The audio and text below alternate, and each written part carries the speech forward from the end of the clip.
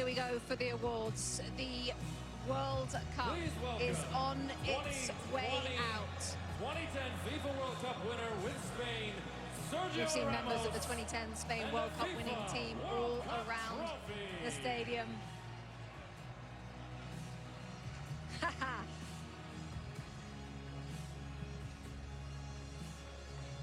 Sergio Ramos with a hug for Luis de la Fuente.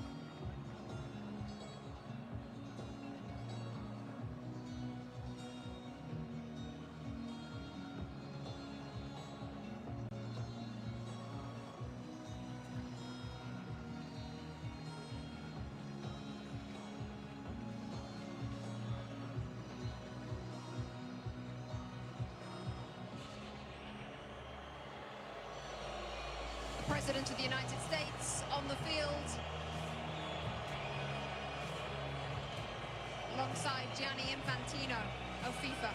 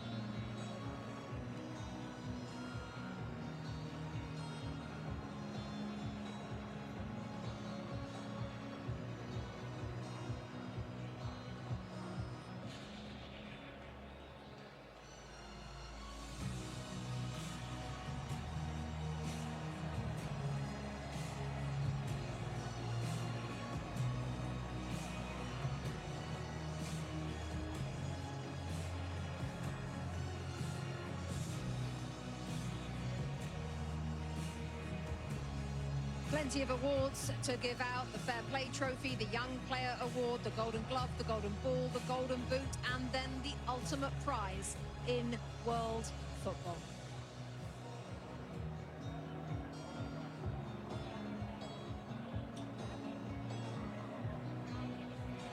FIFA will now present commemorative medals to the match officials for today's FIFA World Cup 2026 final.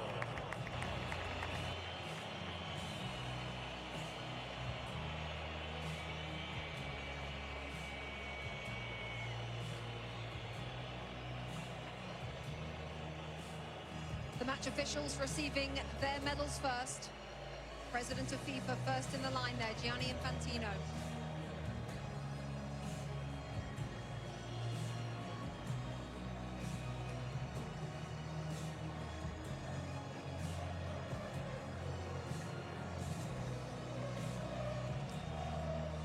Next to President Donald Trump of the United States, the President of Mexico, Claudia Sheinbaum, and Mark Carney, the Prime Minister of Canada, all in the receiving party. The match official. The FIFA Young Player Award, presented by Aramco.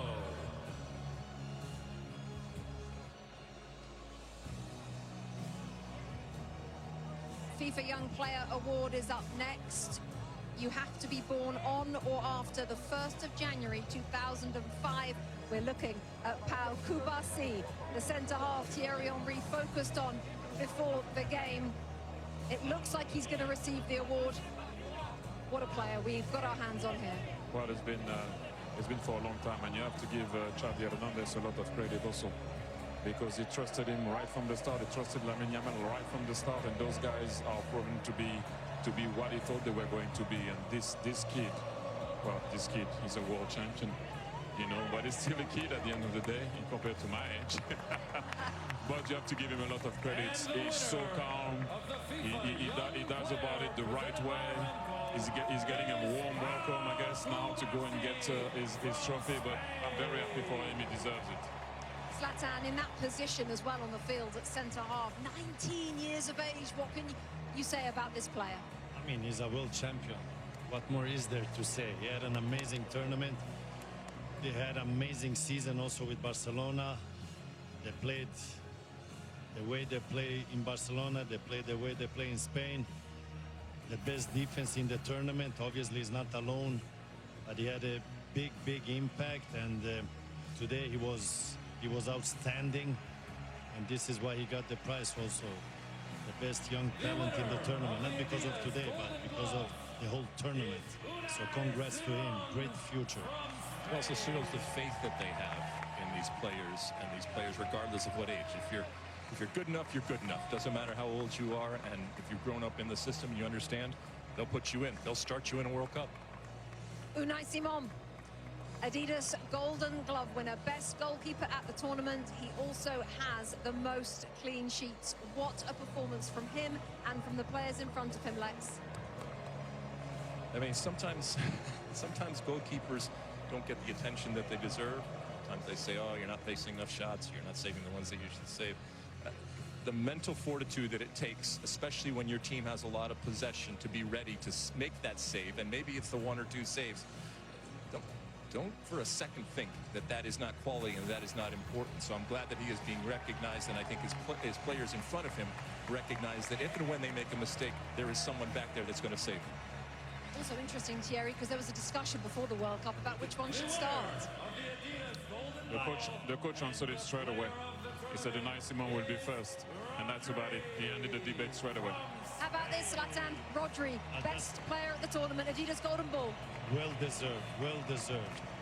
This is a player, we talk about the stars, they scored their goals, they got their assists, but this player here, I enjoy him every time he's on the pitch.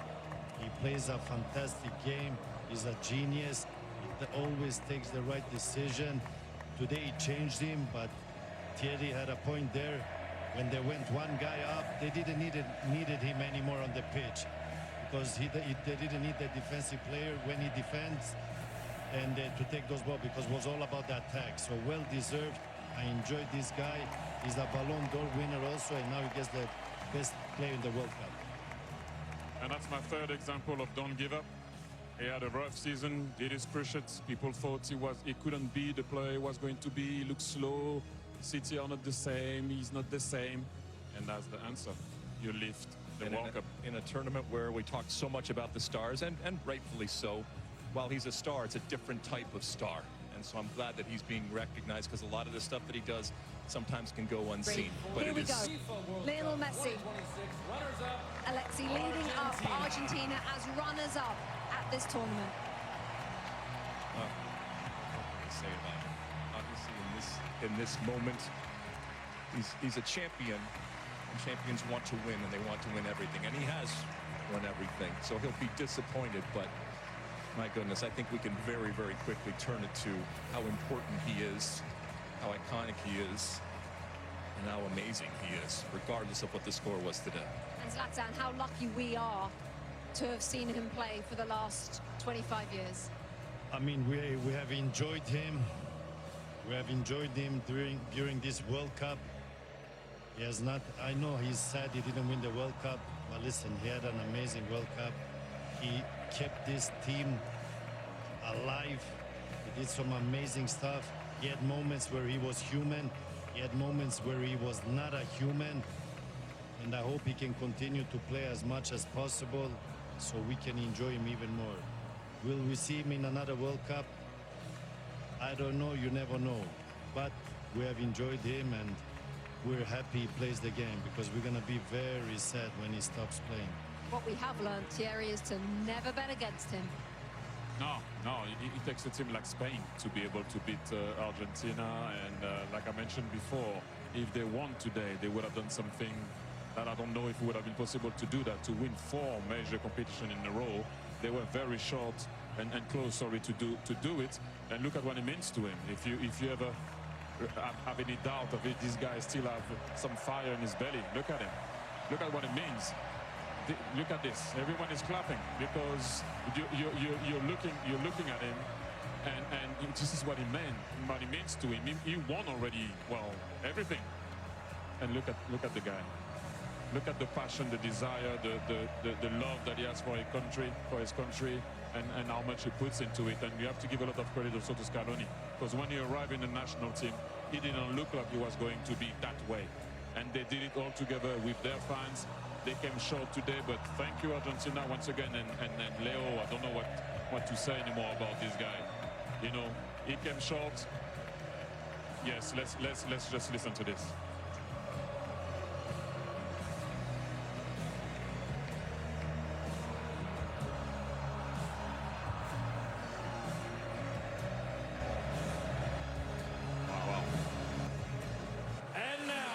A moment in history as he takes the love from the crowd. Let's take you back to John Strong and Stu Holden for the lifting of the World Cup.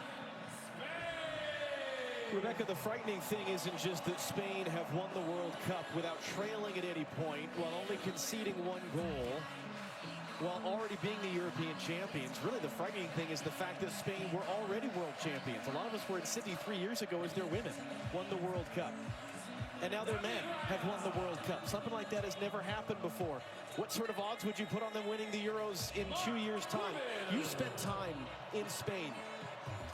How would you explain this country and what they have been able to build, certainly with this team, but just with everything? In Spain, it's not just a game, it's a way of life. They live it, they breathe it, and clearly they play it in just such a beautiful way, and it's fun to watch. It's a joy to watch. We should all enjoy this type of football. And hearing Zlatan and Thierry Alexis talk about it, the best team won. The best team throughout the tournament. I don't think we'll ever see a scenario again where just one goal against, 7 clean sheets. The best defense is a good offense. And the way in which they keep the ball, they break you, but then as soon as you get the ball, they win it back within just a couple of seconds. It's a commitment. Every single player to a man is so comfortable with the ball at their feet. You have 19-year-olds that look like 35-year-olds that aren't awed by the moment. And even in a day where we talk so often about stars, this is just the best example of a team. It is a team sport, and the best team won. And the best team showed it throughout this entire tournament, and it's incredible what they do. You saw Ferran Torres a moment ago. He adds his name to the list of players to have scored the winning goal in a World Cup final alongside Andres Iniesta. Last time Spain won the World Cup in 2010, they took advantage of a red card for the opponent, and they won by a 1-0 scoreline in extra time. And yet so many players have made plays. Mikel Merino coming off the bench to score a pair of game-winning goals during the tournament. Aymeric Laporte has been a starting center back in 4 tournaments now with 4 different partners next to him as part of this Spanish team that only allowed 1 goal. Alex Baena, who would have put him on the list of a guy to be a consistent starter? But a perfect example, again, of a guy just that had so many important contributions for this group. And in a rare occasion where we think about history many, many years from now, about this World Cup, this edition, and who knows how many Lamine Yamal is going to win, wearing the number 19 shirt at 19 years old, turned 19 throughout the tournament, and yet scored 1 goal. That's a scary thought, that he's a World Cup winner on a day where he wasn't the star. But he understands what his role and what his importance is to this team, and he is willing to play that role for the betterment of the group. And I think when we look back, as there's his brother Kane in the crowd, and he's been fun to watch him throughout the tournament. His just joyous big smile as his brother goes on to win a World Cup. But we will think about not just what they did, but how they did it.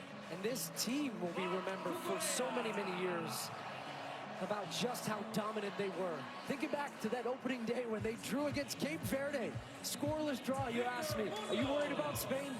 I wasn't, but I didn't know they were going to go and win in this dominant fashion. There are now, in the history of the Men's World Cup, 5 teenagers to have won the World Cup while playing in the final, and 2 of them are on this Spanish team. Lamine Yamal and Pau Cubarsí, who, as you saw earlier, received the award for the best young player at the tournament. And Luis de la Fuente is the great example, as his predecessor as World Cup winning coach was Lionel Scaloni, of the Federation man. He was the youth national team coach. He didn't coach at a high-profile club. He wasn't a big star manager. He has done nothing but win, and he becomes now, at the age of 65, the oldest coach to win the FIFA World Cup. He said it best in his post-match interview. He said, this This has been coming. We've won at every level, and they have. They